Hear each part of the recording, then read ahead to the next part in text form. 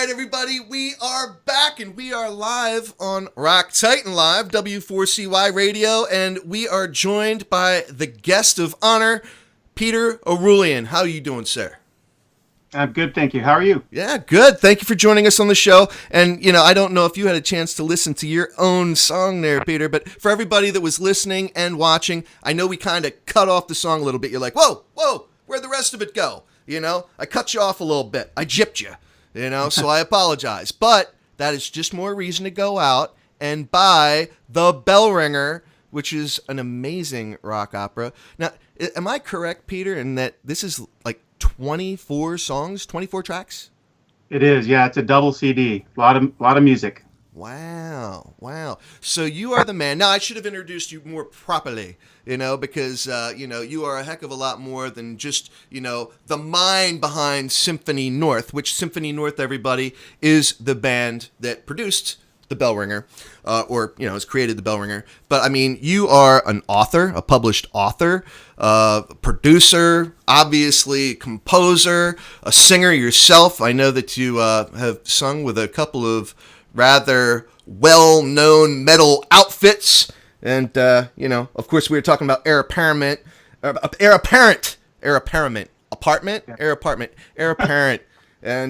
Fifth Angel, and so obviously you got some pipes, but Christmas to you, this holiday season, how much do you look forward to this time of year? Oh, a ton, and this is, for me, genuine and lifelong, and I'm the person that loves the tinsel and the trappings, and I also really dig that whatever your background or belief, it feels like most people are a little more patient, a little gentler with each other, and so I look forward to this time of year when people are just a little bit kinder, and that was the impetus to try and write a record that combined my passion for big symphonic rock music, my love of storytelling, and my love of these things about Christmas that I think make it, such a great time of year.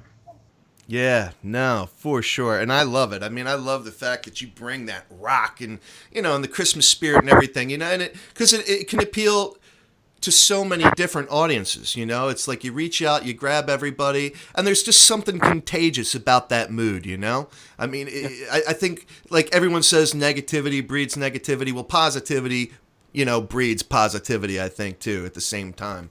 But, again, I mean, going back to it, though, how long, I guess, this band, Symphony North, how long had that been something that was resonating in your mind before it actually became what it is now? My senior year in high school, these three sort of real passions of mine, it occurred to me I should do something to conflate them in the creative effort that would be some sort of rock opera. Right. And in some ways, I'm not even sure rock opera is the exact right term. I think it's the best term. It's a story-driven, narrative-driven album where I think the songs can be taken individually, but if you take them together in linear fashion, then you kind of go on this journey. And it's different from other big Christmas rock bands that right. That some narration. And what's different about it is there's different kind of story design. And a lot of times albums, rock operas or concept albums are kind of a lot of different songs that are thematically tied, or you put a wrapper around a bunch of songs that you wrote. What I did is I started with the narrative. I started with how I wanted the progression, because I've been studying and publishing books all my life. I wanted a character to move through change. I wanted you to have emotional investment in that person and their success and failures, so that at the end of the story, you've had big rock moments that were thrilling, but you've also kind of gone on this journey, and maybe you're a little inspired to go out and be that much kinder, in service of this idea of Christmas, which I don't think needs to be doctrinal or anything like that for people just to get on board with basic human sort of values of decency to each other. And all of that is what I wanted to do. But then I went to college. I got married. I came to work for Microsoft in Seattle. And so I got really busy. But always there was in the back of my mind this idea. And then when I got let go from Microsoft a couple years ago in a set of downsizing, I said, I'm going to take the chance to do it.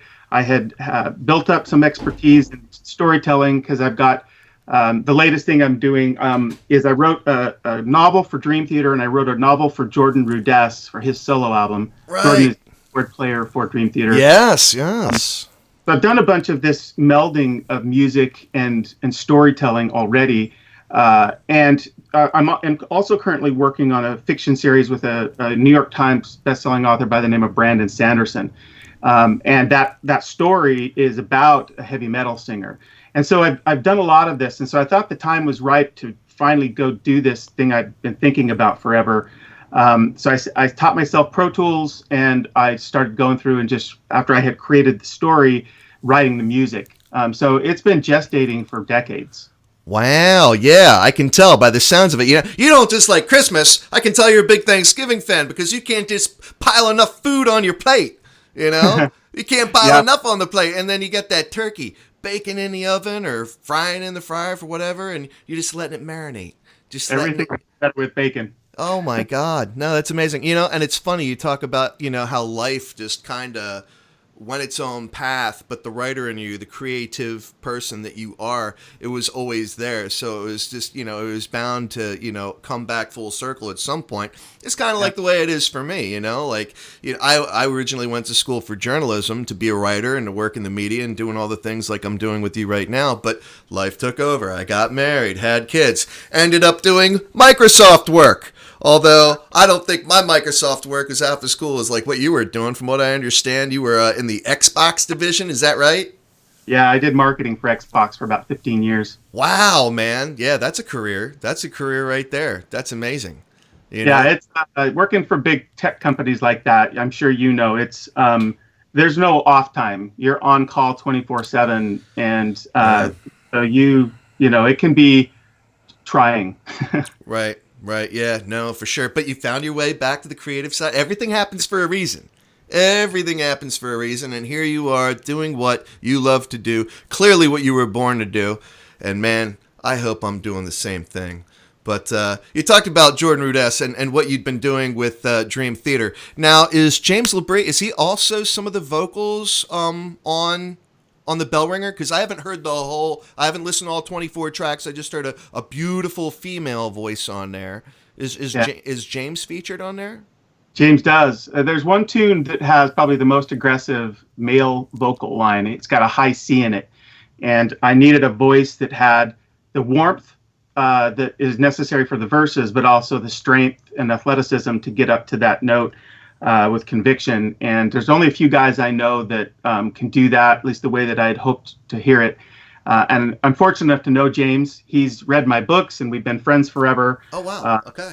And early on in the early days of Dream Theater, when it was just kind of forums, there was a bunch of people that were kind of trying to take him to task for missing a note or two live, and I kind of jumped to his defense to try and explain what it is to have a biological instrument and what the catalog of Dream Theater actually consists of for a vocalist.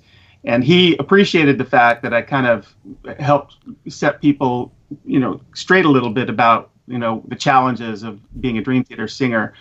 And since that day, we've been friends, and I asked him to sing this tune, and he kills it.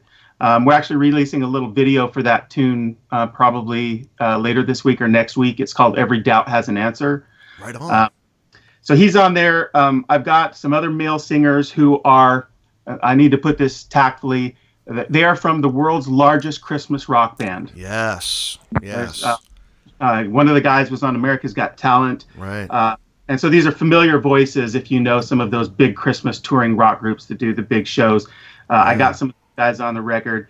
And then I've got a woman from Barcelona, this amazing woman from Barcelona on there. Yeah. I've got a couple session singers, one from Nashville, one from Los Angeles. So because I'm a vocalist, and I trained with a guy by the name of David Kyle, who taught Jeff Tate from Queensryche and Ann Wilson from Heart, Lane from Alice in Chains. I kind of had a real idea of the kind of voices I wanted, and it took me a long time to find them, but I'm proud of how the vocal lineup ended up. Yeah, no, that's awesome. I mean, and not just the vocal lineup, but I mean, all the other moving parts you got to it, because you got different strings in there. You got some violins, you got some cellos, you got some violas. Yeah, I mean, you got all that in there.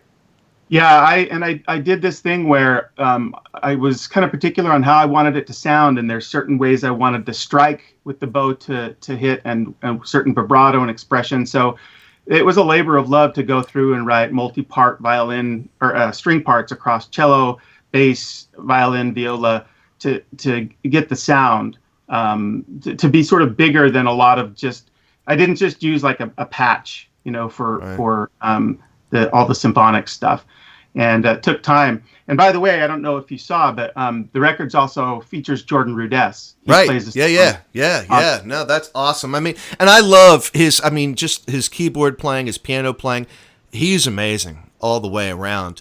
But then it's funny that, when you mentioned you had to defend James LaBrie. I mean, oh my God. I mean, in the pantheon of voices like the ones he has, I mean, their last album that they put out not too long ago, Distance Over Time. I don't know if you had a chance to listen to Distance Over Time. I was blown away, man. I was totally floored. I couldn't believe it. I mean, just the whole album was incredible. So you landed yourself some pretty amazing people there. But one name that I saw that I guess he's going to be performing with you in the not too distant future, and you wrote a song with him, Roger Fisher from Heart.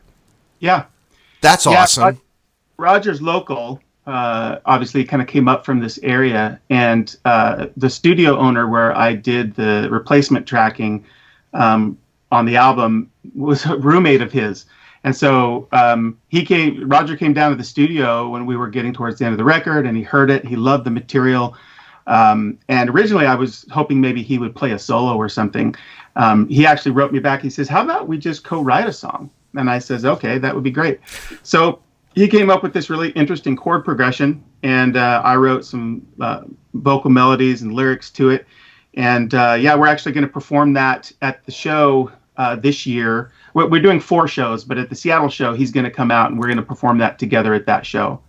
Wow, that's incredible. I mean, and again, everybody, this is the man who founded Heart, with the Wilson sisters. I mean, that's pretty ridiculous. I mean, that's just, woo! How did you put this ensemble together? I mean, obviously you as a composer and as an artist and as a musician, you knew what you were looking for. You knew, instrumentally what it was you wanted. You knew vocally what it was you wanted to do. I mean, that's one thing in and of itself. But then to actually find these people, from, one of the other Christmassy type of bands that's out there, that's known worldwide, that's, done very well for itself, some voices you have, to be tactful, as you put it earlier, to be able to bring these folks together. How'd you do it? I mean, how did you get these people to work on this project with you? Because obviously they all have other things going on. They're busy. Schedules always seems to be the biggest conundrum that everybody faces, because obviously we'd all like to do everything. But how did you get these guys together? Well, it was part of it's just tenacity. I figured when I started this, if I was going to dream, I was going to dream big, and so there's other people that I did try and get on the record. I couldn't. I tried to get John Petrucci on.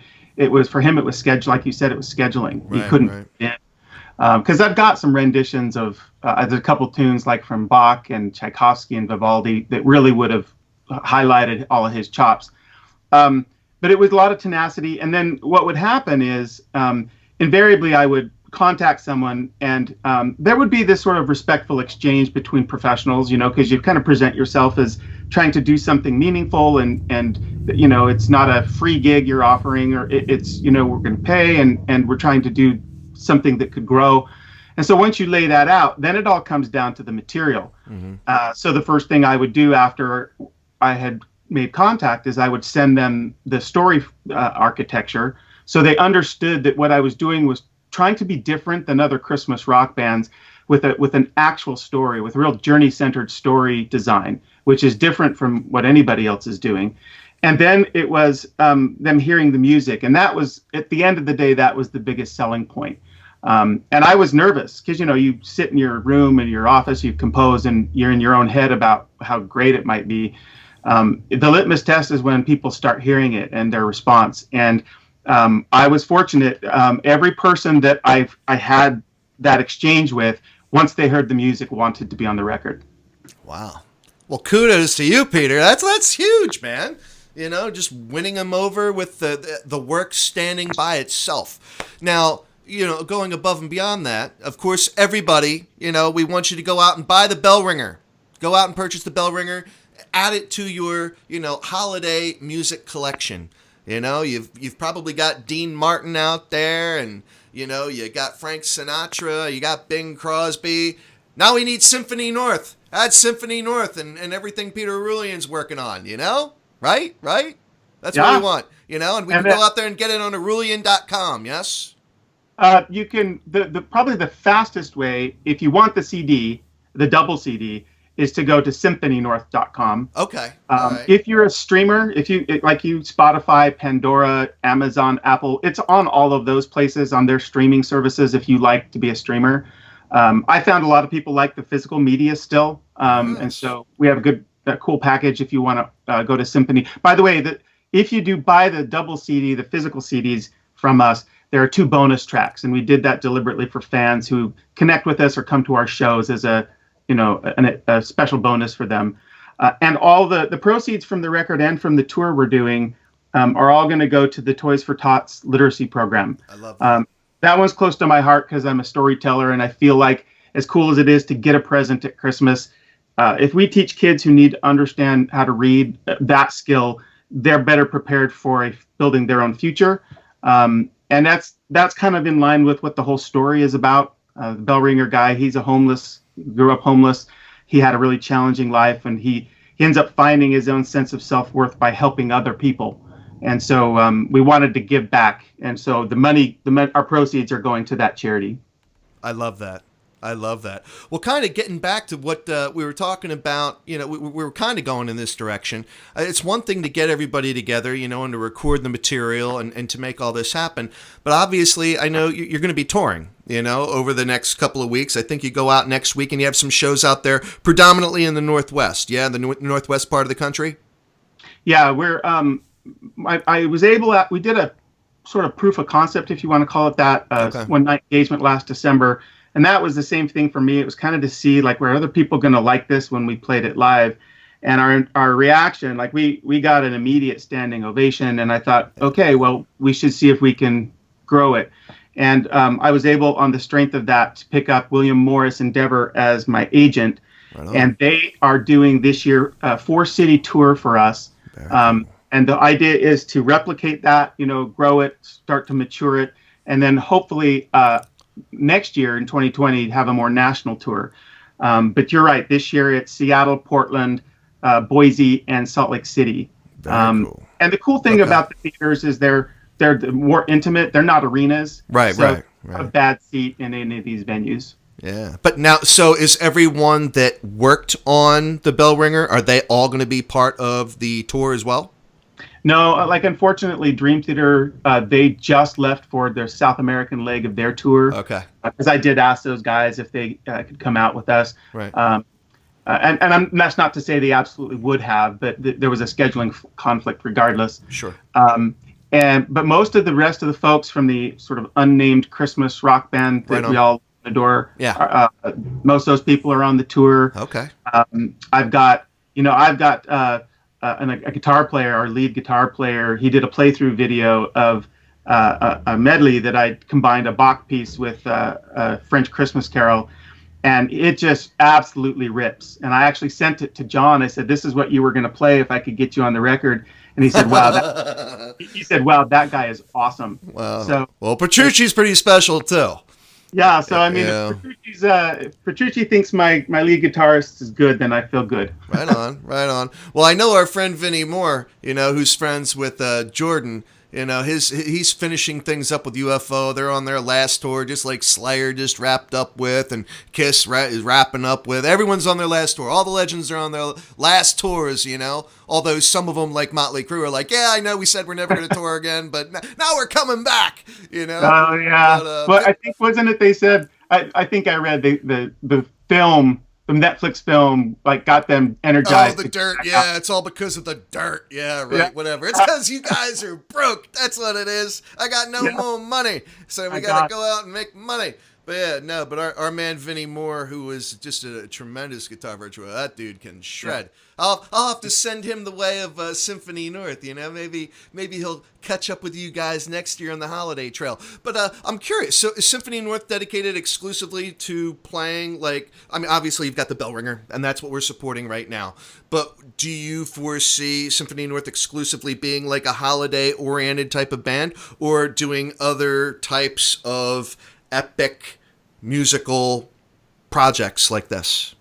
Yeah, we'll do other things. Okay. I probably will always sort of lean a little bit towards wanting the albums to tell some kind of story. Right. I'm personally drawn in by more storytelling type of. It doesn't have to necessarily be a full concept album, but I like there to be some sort of purpose. I know some people don't even listen to the lyrics as long as the singer's not off tune. They're fine. But I'm the opposite. I care about the lyrics. So the answer is yeah, we will do other things besides holiday records. We probably will still do more holiday records. Right. But I have some ideas for some non-holiday albums. It's really just all time. At least for me, to write a record like this with this much instrumentation, it takes a little while. I can only imagine. You know what I can see you doing? I could see you tying something like in from like I don't know. Let me just arbitrarily lick something off the grass here. Say by someone like George R.R. Martin, maybe. I don't know. Maybe you might do something by a guy like that. Yeah, I would. I've met George. I saw your interview with him. That was awesome. I've been on panels at fiction writing workshops and conventions a couple of times, and he's a very sweet, genuine. He's the guy that after the day of panels and he's out at the con parties, drinking and talking to fans. He's a very down to earth guy. Yeah. And if I ever got the chance to do some sort of score or something for a writer of that magnitude, I would leap at it for sure. Oh, man. Yeah, well, I could definitely see you doing it. That'd be epic. I mean, the fact that you had a chance to meet him, and I know because, you're writing, you do stuff like that. And one thing we hadn't even talked about, and I know you got to get going here, but you're an author with Tor Books, yeah? Most of your novels you've published through Tor Books? Yeah, I've got a contract with them for a number of books. I've published books with other publishers, and various lengths from short stories to epic fantasy. I think I mentioned the thing I'm working on now. Probably next to George Martin, probably the biggest name in fantasy fiction is this gentleman by the name of Brandon Sanderson. Right. Yeah. And he actually finished The Wheel of Time, the Robert Jordan thing, and his own works now are just ginormous in sales and in quality, and He and I got connected on doing an urban fantasy series, kind of like the Dresden Files for fiction fans. Okay. That is a fantastical world set in London, but the central character is a heavy metal singer, and he knows I know that culture, and I know about music. I've written and I've toured, so it was a good sort of collaboration, and so we're in the process of writing the first book of that, and so it's another way for me to combine my interests. Very cool. Now, could you ever see your music, say with Symphony North, piggybacking off your writing from that world that you're involved with? Yeah. In fact, one of Brandon's business contacts owns an audiobook company. And one of the things that they floated as an idea is when we do some of the audiobook stuff that I could write some music for them. Right on. Kind of backing audio beds and stuff. So I think that's a likelihood. It'll just depend on the timing. Because like you made the most resonant thing you said is so much of it is scheduling because people are busy. Right. But I think that'll happen. Yeah, for sure. All right. Well, again, everybody, we are here with Peter Orullian, Symphony North. Go check out symphonynorth.com. All right. And go get the Bellringer. Awesome stuff. And, just wrapping things up here. If you don't mind, Peter, I would love to leave everybody with a jolly old Wences. What's Wences? Wenceslas. Oh, okay. I missed that part of it. I didn't have that in the title. I don't know where that went. No, that's okay. There's that classic carol, Good King Wenceslas. And what I did was I put Jolly Old St. Nicholas, Good King Wenceslas, and a portion of Silent Night into a medley. And renamed it Jolly Old Wenceslas. All right. Well, as we let you go here and ride off into the rest of your day, which, again, thank you so much for your time. Dee, are you ready? Because I'd like to have Peter introduce the song, and we'll just go from there. Of course, I'm ready. All right. So, Peter, just go ahead and introduce this song and finish up by saying enjoy, and Dee will cue that up, as will I. Okay. All right. So you're about to listen to Jolly Old Wenceslas. It's a Christmas medley by Symphony North. It is the second track and first instrumental on our album. Enjoy.